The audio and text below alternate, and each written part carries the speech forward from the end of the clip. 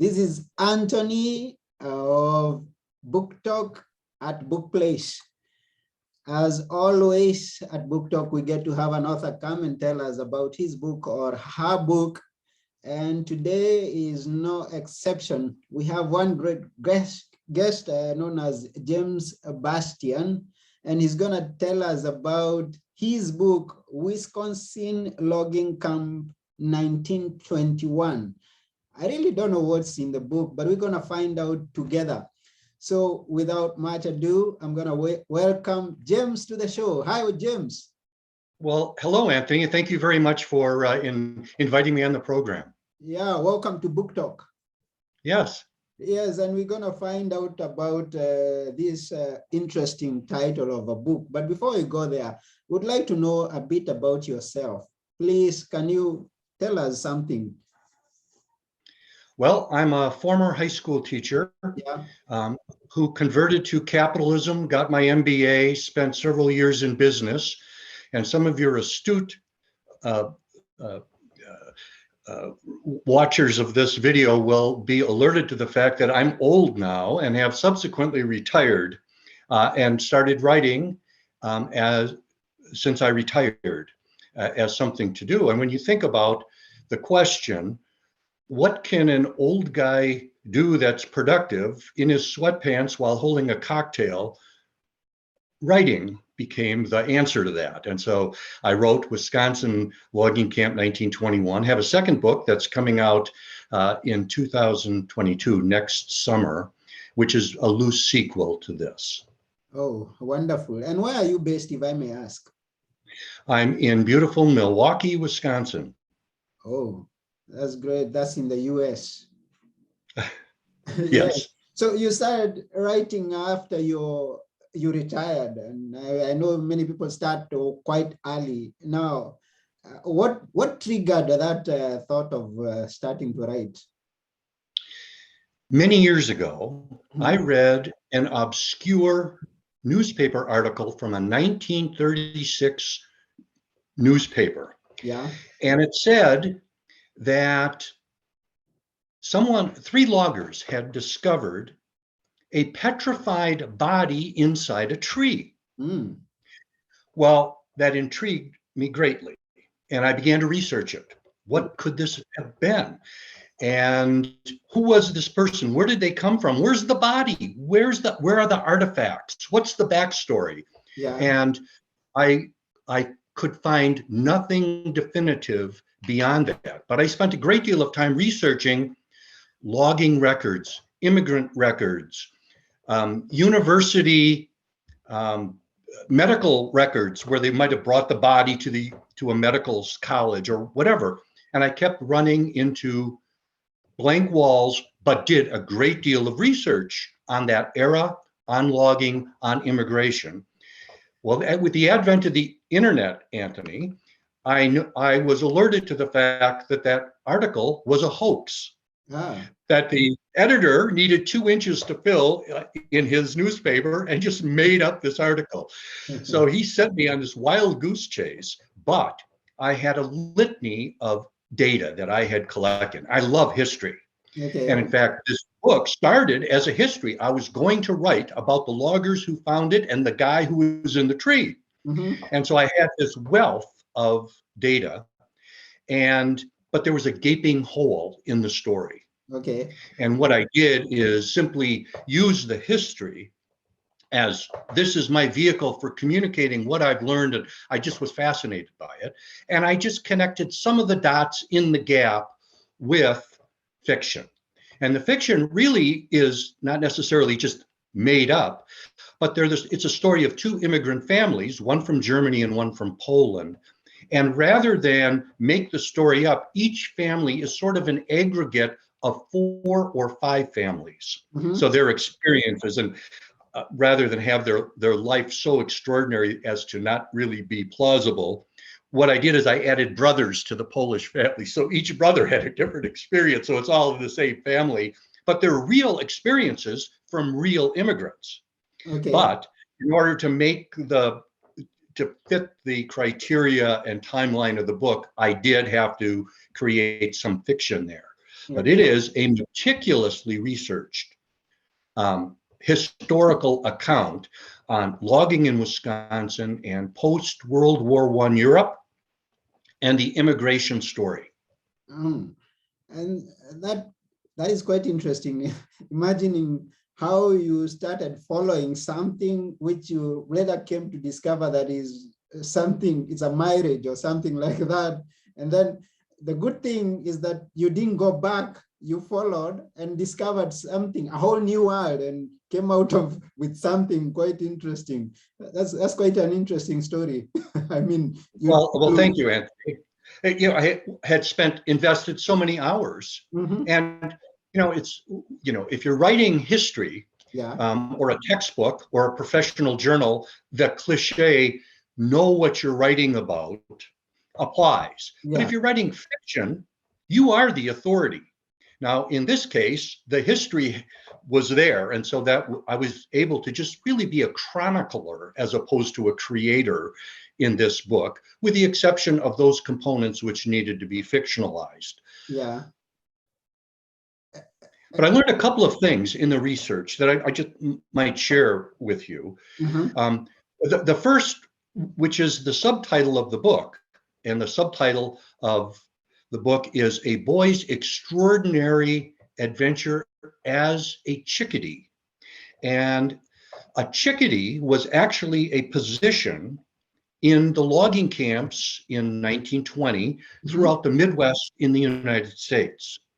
And there were 7 and 8-year-old boys who were employed to work in the logging camps. And that seems so incongruous to me, that you have this incredibly dangerous job with just grown men, and here is an 8-year-old boy at many of these logging camps employed as a chickadee. And what the chickadees did was they would be sure that the iced trails where they would drag the logs out of the woods in the wintertime were smooth and free of impediments. And most of the impediments were horse droppings, because the horses were pulling them out and walking miles of serpentine trails.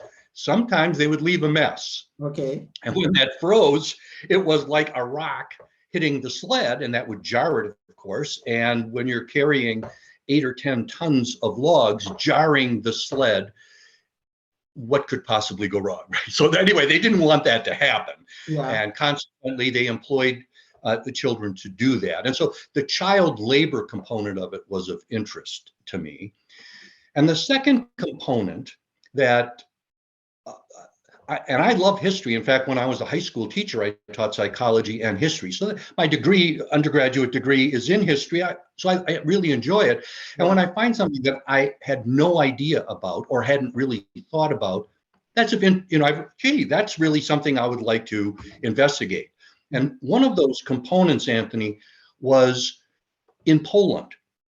And it was the Polish resistance during World War I. And we always hear about French resistance during World War II and the Jewish resistance during World War II. But I had never come across accounts of Polish resistance during World War I. And so I just started investigating just a bit. And by the way, if any of your listeners are saying, gee, I really didn't know, where would I research that? I would just suggest Google Polish Rifle Brigade. And that was the loose name for that resistance, and it'll lead you to a lot of other things. So if you're interested, that would be a link, Polish Rifle Brigade. But if we think about Poland at that time, Anthony, you would be hard pressed to find any other precedent in history in which you have a 5-year prolonged conflict in which the homeland has 2 adversaries occupying it for multiple years. You have the Russians on, this is the Eastern Front in World War I. You have the Russians on one side, and you have the Germans, Austrians on the other side. So the homeland, Poland, has adversaries everywhere. Now, where that's a real problem, of course, is because both sides are trying to supply and feed 600,000 or 700,000 men. And frankly, they don't care that much about the Poles because they're not their people. Yeah. And so there was a great deal of pillaging. If you were a farmer in Poland, Mhm. if you had livestock, they were absconded. If you had wagons, they were taken. Anything of value that could support and advance. But that was the entire country. In Okay. Belgium and Mhm. in France, well, Mhm. you'd have the allies on one side and the adversaries on the other. And Mhm. oftentimes the Germans would allow the Belgians or the French civilians to cross to the safe side, mostly to get them out of the way, Okay. because they didn't want the roads clogged with civilians trying to leave a war zone. So they let them get out of there. But there was no place to go in Poland. Yeah. And that was for 5 years. And so you have this 5 year period. Now, let's circle back to the resistance. Mhm. Who does the resistance fight? Well, the answer is everyone, Mhm. because whoever's occupied, they'd fight the Russians and they'd fight the Prussians, Austrian, and Germans. Mhm. What's ironic is both sides were drafting Poles to fight in their army, Okay. mostly the Russians. Mhm. But if you're a resistance fighter and you're shooting Russians or shooting or sabotaging, you could be killing Poles Okay. because they are soldiers in the Russian army, Yeah. oftentimes the leading force, because the Russians would rather have the Polish soldiers die charging the German lines than Russian soldiers. And so the Poles were kind of fodder in. But if you're a resistance fighter, you didn't really want to shoot Russian soldiers. So they had an unwritten law Yeah. among the resistance to only shoot officers.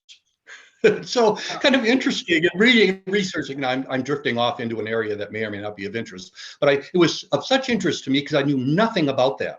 I knew that there was Eastern Front, Mhm. but I hadn't thought through what are the ramifications of having a country for so many years occupied by two adversaries. Okay. And I'll just add one more point to it, if that Okay. would be all right. Okay.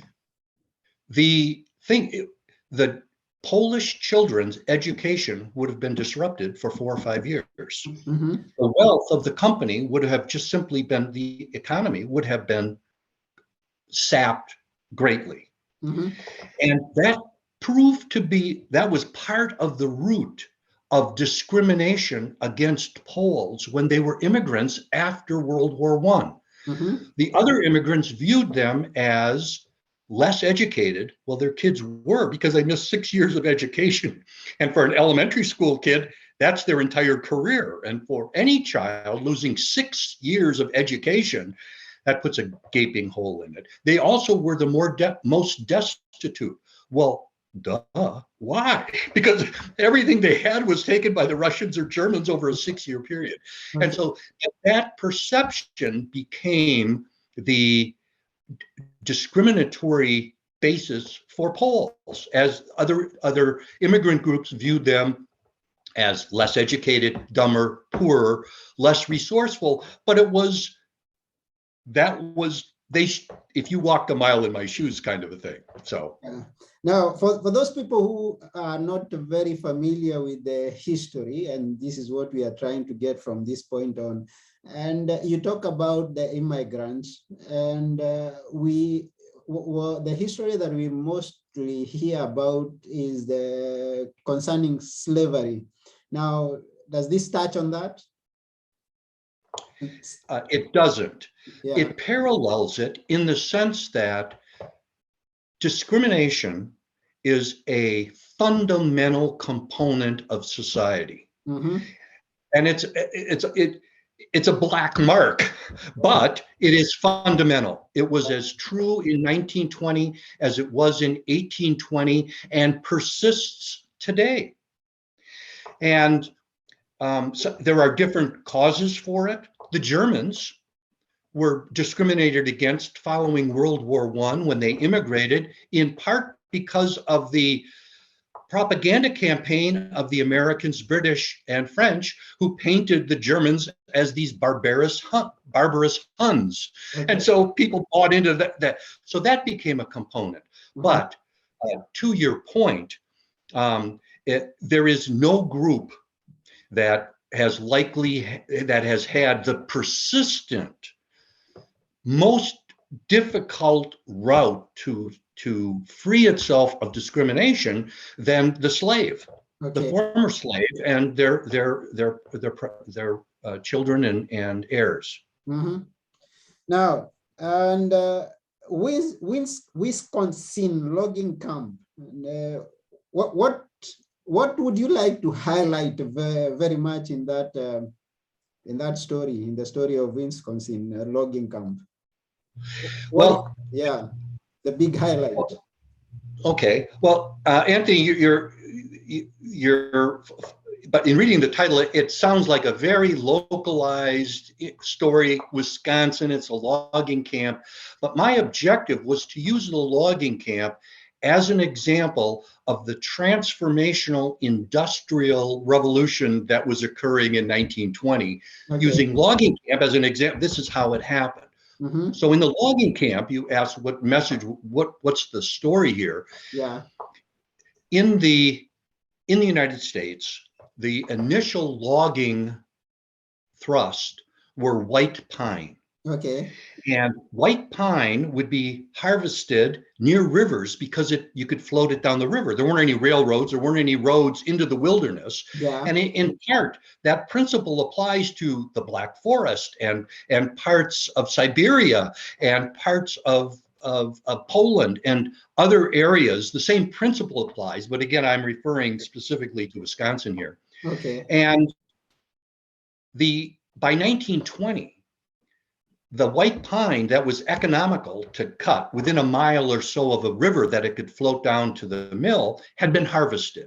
Okay. Well, now what do you do? And that's when it was necessary to start building railroads. Mm-hmm.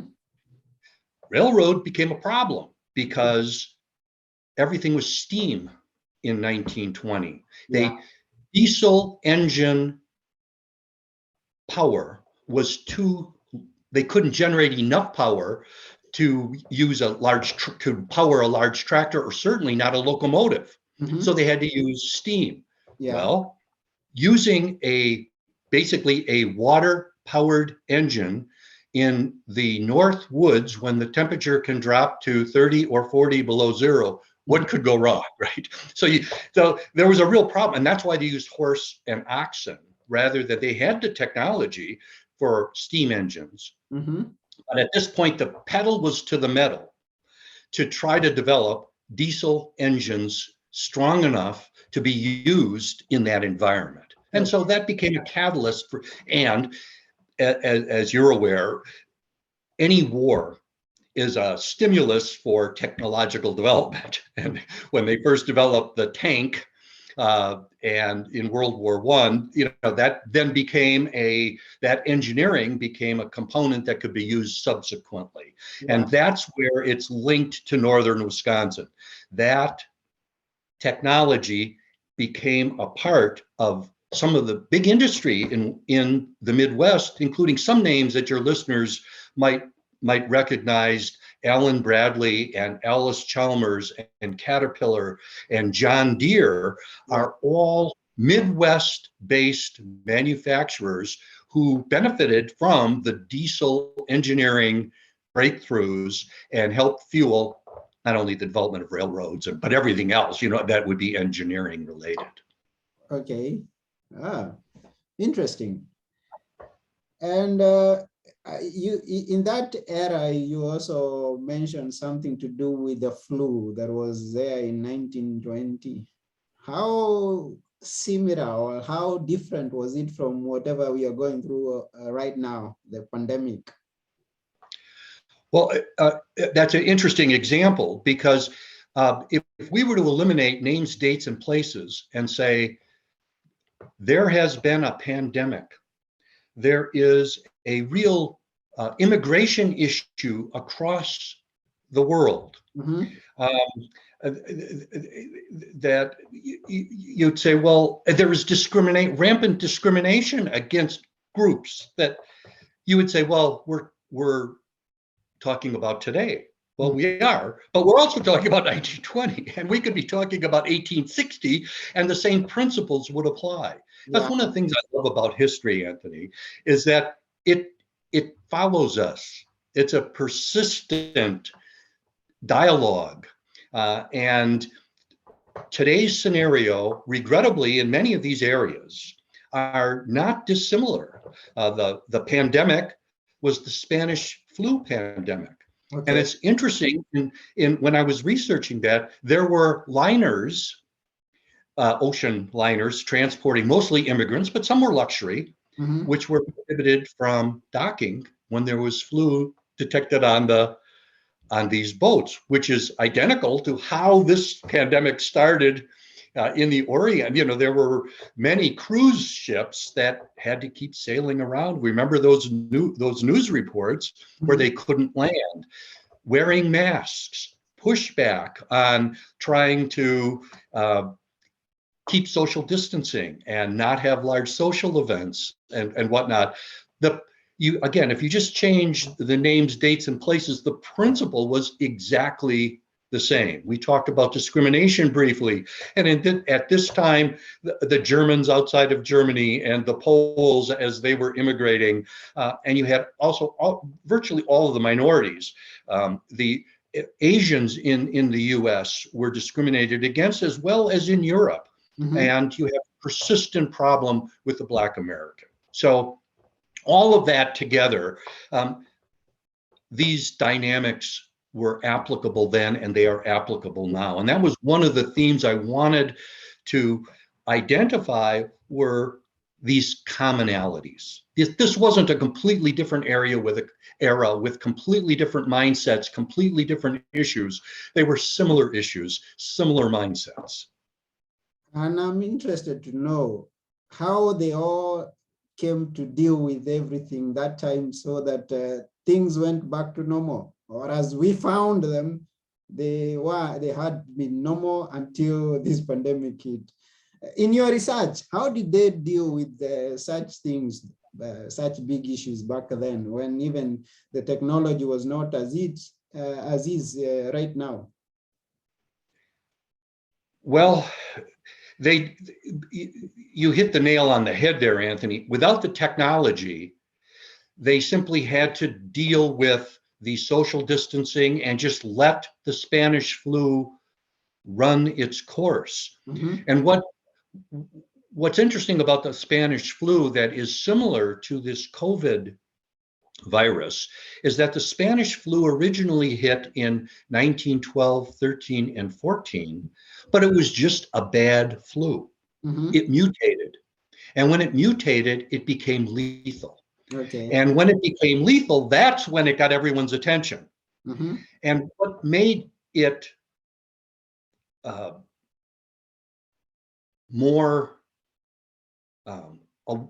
made people more aware and more likely to deal with it. Yeah. Right now, you have a lot of resistance to COVID and people saying, I'm not going to get vaccinated, even though the technology could save me. I'm not going to wear a mask if I don't absolutely have to. And the rest of you are being idiots by doing this. Okay, well, that's fine. At that time, where it was slightly different is that the Spanish flu, instead of disproportionately being lethal to the very old, the Spanish flu was particularly lethal to people that in the peak of their health, between 20 and 40 years of age, was where most of the fatalities were, because the flu triggered your own immune system, and the stronger your immune system was, the more devastating the illness was. Just a fun fact, more doughboys, US soldiers, died from the Spanish flu than they died on the battlefield. And the two reasons for that: one, they're all young, hale, hardy guys, and then they put them on troop ships in close proximity, and so consequently the contagious component of the flu just spread through like crazy. And with that group being the most vulnerable to a fatality and being cramped together. And that created the same kind of a problematic, what do you do with troop ships coming home? Troops are dying, they're on the ships. And so one of the things that were done, you asked, without the technology, what were some of the things that were done? And one of the things I noted was they had tuberculosis sanitariums, because they didn't know what to do with tuberculosis patients either. They just knew it was contagious. And so they'd send them off into the country, into these sanitariums. Well, tuberculosis was waning. And so they had bed space in the sanitariums. And that's where they would put immigrants or soldiers or people getting the Spanish flu. They'd put them in and try to make them comfortable. And 4 to 7% of the people that got it would die. And those that didn't die would recover and they'd be sent home. And so that's one of the ways they dealt with it in the absence of a vaccine, and still dealing with the pushback from individuals that were didn't want their personal economy or their regional economy to be impacted by these restrictions. Oh, okay. Another thing that I would be interested to know now, since you tell us about the story of Wisconsin logging camp 1921 and some adventures, I want to believe we have some interesting stories inside there. Can you give us 1 or 2 stories that we'll find in this book, like short stories or adventures? Well, the immigrant families each had a story, a backstory, but once they arrived in Wisconsin and at the logging camp, the protagonist, the main character, who is the story is being told by this 8-year-old boy. Although he's telling the story when he's an adult, he's kind of reminiscing about this year that he spent as a chickadee in the logging camp. And one of the things I had identified as a potential hazard, look, these were hard working, but hard drinking, hard playing individuals. And now you throw a boy in there and you have a litany of challenges. Number one, this was prohibition, but in northern Wisconsin, with virtually anywhere that prohibition was. But this was out in the hinterland. These young men were going to drink, by God, and that was it. And there were bootleggers and moonshiners across the region to be able to supply them. You had prostitutes. You have young men who have a Saturday night off and their pocket full of money, and so they would go into the towns around that area. And in census in I could have the date wrong, I believe it's 1910, but it's either 1908 or 12, found that 65% of all the women residents of 2 counties in northern Wisconsin were prostitutes. That was the population. And so you have this young boy living in this environment of bootleg liquor, going into town, as far as with prostitutes, although there isn't a lot of sex in the book, but that was one of the adventure issues. And you also have individuals who are loggers that are simply not very nice people. And there are a couple of episodes, and I don't want to go into a great deal of detail. It would be nice if people wanted to read more about the book, but where you have pedophiles, and you have thieves and murderers and people who simply do unconscionable things. You can't put 60 young men together out in the middle of nowhere and not expect there to be examples of very compassionate behavior, as well as the antithesis of that. And so the boy experiences that whole range of interactions with individuals. Okay. That seems quite interesting, and I think we should get that book and read those adventures and I couldn't have said it better. yeah, I'd like to mention one other thing yeah. that that might be of interest to listeners, in that you think of immigration, and there's been a lot of ancestry research. Mhm, Find out about my ancestors and get my DNA tested. Where's my family from, and whatnot. mhm, And the internet has been a great resource for that. But generally, the information we get when we do that research, is it tells us who, where they were from, yeah. and when they came. But the more compelling stories, and what I'm most interested in, is how did they get here? Mhm, What were their experiences before they left and when they got here? yeah. And why did they leave? The how, what, why. And it's this kind of research in which you have the immigrant everyman, that when you look at the history, you see, you know what? That's exactly what my family would have. We're from Germany. Yeah. And following World War I, the German economy collapsed. Mhm, And they had, if you, any economics 101 class will use the German economy in 1920 of hyperinflation as their example, where it literally took 10,000 Deutschmarks to buy a loaf of bread. And mhm, this rampant, well, if you knew that and your ancestors migrated from Germany, oh, I mean, that at least offers a glimmer as to what would have caused the social disturbance to compel them to leave family, friends, homeland, to set out. And so you look for those historical general evidence. And if you burrow in, you can find out more about your family specifically. But it's the historical research on the era and the place that can answer questions that you can't get elsewhere.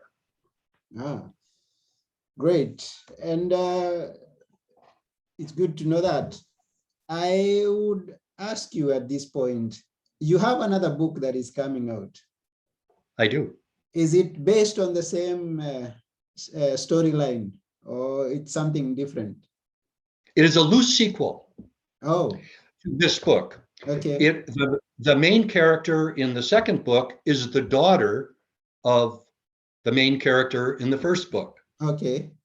But I take us, and the man in the tree is the key component to book two.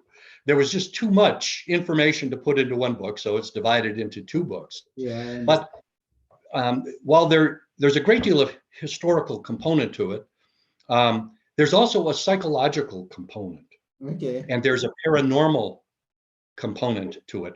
I may have mentioned early in our discussion, Anthony, that I was a high school teacher. I taught history and psychology. That's my other undergraduate major. So I love psychology. And so the second book combines those two things, history and psychology. And the component of psychology that's added, when we run into uh, things that are inexplicable, whether it's people that claim that they uh, had they lived in another time or place. Mhm. They've been reincarnated. People that have UFO sightings or ghost stories, and all of those things and there's two ways we can address it. One is, what's the most plausible? Yeah. What's the most plausible explanation? And when there isn't one, we tend to think, well, they're either making it up, or they're attention seeking crackpots, or they're delusional. But if something isn't plausible, then the logical search for an answer would be to explore the implausible. And Okay. that's what this story does. It's her search for an implausible explanation for her challenge. And in her case, it's xynoglossia. And xynoglossia, xyno is foreign, glossia is language. And it's the sudden, inexplicable ability to speak a foreign language that you've never had any exposure to, which is actually a condition, Okay. and often accompanied by memories or sensations or whatever. So that is the crux of book two. It is the daughter of the main character in the first book. It continues in Wisconsin, but it addresses a psychological condition. The history covers largely 1970, during the unrest in the United States of the Vietnam War era, where there were riots and the pushback from young people largely on the Vietnam War. And the second component of the history is French exploration in the Midwest during the 17th and early 18th century. Oh, okay. There's actually a picture that I had not quite got where that the man in the tree that you had read about took a life in your book, and he continues to live even through in your books. I thought that I thought that you read about him and the story ended there, but he found a way to come into your story. I wasn't going to let that go. That was the basis for the research to start 30 years ago in the first place. Okay. So I wasn't going to let the poor chap stay in that tree without telling his story. I thought you just picked it from somewhere else, so it was a story that continued from there. Yes, it did. Okay, and what is the title of your second book? Willa's. If you Willa's know, yeah. Willa's Pursuit Willa is the main character, and the pursuit is the implausible explanation for her xynoglossia symptoms. When is it coming out? Middle of 2022. Okay. So, middle of 2022. We will be waiting to see it and read it, as I am asking all those who are watching this and those who watch it after it's been recorded, go get the book, Wisconsin Logging Camp 1921. Where do we get it from? Virtually anywhere. It's Amazon. I always encourage people to go to their local bookstore. They'll be able to order it for you. The publisher is Bauer House. Copies could be there. If anyone would like a signed copy, they can go to my website, which is wisconsinloggingcamp.com. And there's a way that they could contact me, and I'd be happy to arrange that they would get a signed copy and a copy of the book. But it's available everywhere. Oh, wonderful. So it's been quite an honor having you on our show, and we are going to look for the book and enjoy reading it and get to know a bit of history and see if we'll follow up with the man in the tree. Wonderful. Well, thank you very much, Anthony. I really enjoyed it and appreciate your taking a fictional book with a lot of history and incorporating into your history content. Okay, thank you very much. You're welcome. Okay. You have a good day.